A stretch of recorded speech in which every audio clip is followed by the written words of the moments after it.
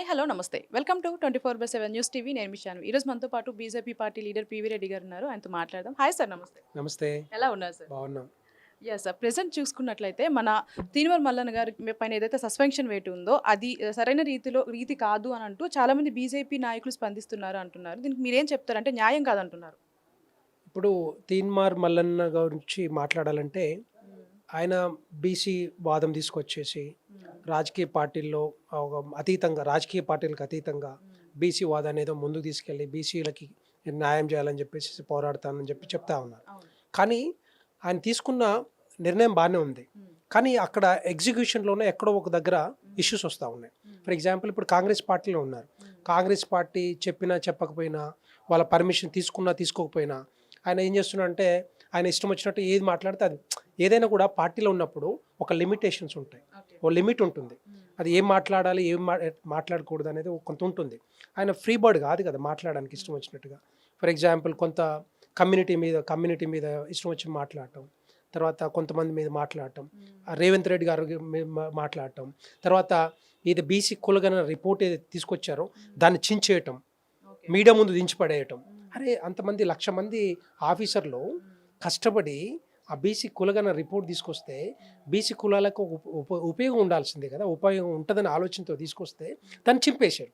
అట్లా కాకుండా సైంటిఫిక్గా ఇంకా కొంచెం బాగా చేస్తే బాగుంటుంది, ఇంకా కొంచెం పద్ధతి ప్రకారం చేస్తే బాగుంటుంది, కొన్ని లక్షల మంది 15 లక్షల మంది ఎంతమంది వాళ్ళు కూడా ఇంక్లూడ్ చేస్తే బాగుంటుంది అనే ఆలోచనతోటి అదే పార్టీలో ఆ పార్టీ లీడర్లకి ఆ ముఖ్యమంత్రి గారికి చెప్తే బాగుండేది కదా.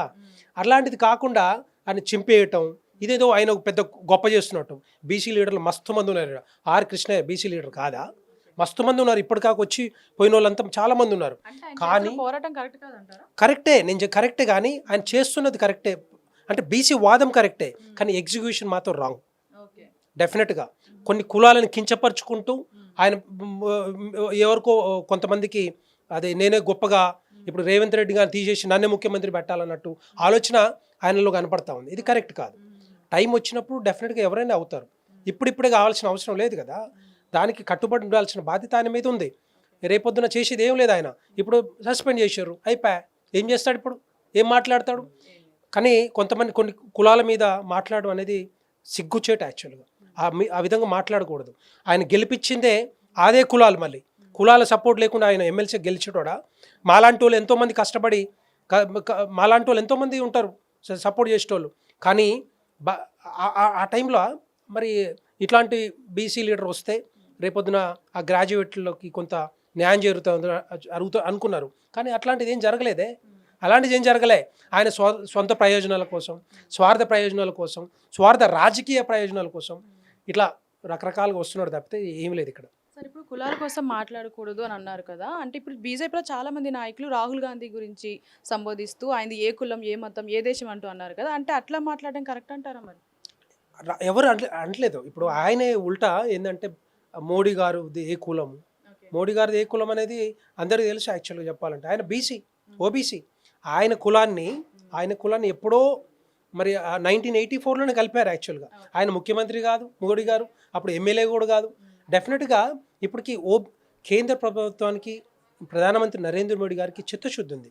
ఇక్కడ ముఖ్యంగా ఏంటంటే నరేంద్ర మోడీ గారు వచ్చిన తర్వాత ఓబీసీకి ఒక రాజ్యాంగ హోదా కల్పించారు. ఓబీసీకి మా దగ్గర ఒక రాజ్యసభ ఎంపీ ఇచ్చారు. 27 మంది ఓబీసీలకి మంత్రి పదవులు ఇచ్చారు కేంద్రంలో. అలాంటిది మరి ప్రెసిడెంట్గా గిరిజన మహిళను కానీ, అంతకుముందు అబ్దుల్ కలాంని కానీ మైనార్టీని కానీ, తర్వాత ఎస్సీని కూడా రాష్ట్రపతి చేసింది కేంద్ర ప్రభుత్వం, ప్రధానమంత్రి నరేంద్ర మోడీ గారు, బీజేపీ ప్రభుత్వం. యాక్చువల్గా ఇవన్నీ కూడా చేస్తూ ఉంది బీసీ కులాలకి. మేమే చెప్పినాం కదా, భారతీయ జనతా పార్టీ తెలంగాణ రాష్ట్రంలో అసెంబ్లీ ఎన్నికల ముందర ఏం చెప్పినాం మేము, బీసీని తెలంగాణ రాష్ట్రంలో మేము గెలిస్తే బీసీ వ్యక్తిని ముఖ్యమంత్రిని చేస్తామని మేమే చెప్పినాం. డెఫినెట్గా మేము కట్టుబడి ఉన్నాం, ఈ విధంగా కట్టుబడి ఉన్నాం. కానీ స్వార్థ రాజకీయ ప్రయోజనాలకు చేస్తే మాత్రం ఎప్పుడు కూడా ముఖ్యమంత్రి గారు వీళ్ళ స్వార్థపూర్తంగా మాట్లాడుతూ ఉన్నారు తప్పితే ఇంకేం లేదు. అండ్ అలాగే తీన్మార్ మల్లన్న గారు బీజేపీలో చేరబోతున్నారు అని వస్తున్న వార్తలకి మీరు ఏం చెప్తారు? నా దగ్గర అయితే ఇన్ఫర్మేషన్ ఏమీ లేదు. ఆ ఇన్ఫర్మేషన్ ఎక్కడి నుంచి వచ్చిందో తెలియదు, కానీ ఆయన బీజేపీలో ఉండే ఒకప్పుడు బీజేపీలో ఉండే. స్వార్థ రాజకీయ ప్రయోజనాల కోసం ఆయన ఎమ్మెల్సీగా గెలవాలని ఆలోచనతోటి కాంగ్రెస్ పార్టీలో చేరిండు. మళ్ళీ బీజేపీలోకి వస్తే ఆయనకి ఏం విలువ ఉంటుంది? ఏం చేస్తారు? కాంగ్రెస్ పార్టీ ప్రభుత్వంలో ఉంది. ఆ ప్రభుత్వంలో సస్పెండ్ చేసిన వ్యక్తి మరి బీజేపీలో వచ్చి ఏం చేస్తాడు ఆయన? ఇప్పటికే ఈయన అగ్రెషన్ పనికిరాదు ఎక్కడ కూడా. రాజకీయాల్లో అగ్రెషన్ పనికిరాదు. కోపం, ఇష్టం వచ్చినట్టు మాట్లాడటం, అది చేయడం, అది కాదు. కావాల్సిన కన్స్ట్రక్ట్గా ఉన్న మనం తెలంగాణ ప్రజలకు మనం ఏం చేయాలి అది చెప్పాలి. కులాలకు అతీతంగా, మతాలకు అతీతంగా, రాజకీయ పార్టీలకు అతీతంగా మనం ఏం చేయాలో అది చెప్పాలి. ఏదైనా చెప్తే ఈ రెచ్చగొట్టి ఇష్టం వచ్చినట్టుగా మాట్లాడటం సరికాదు.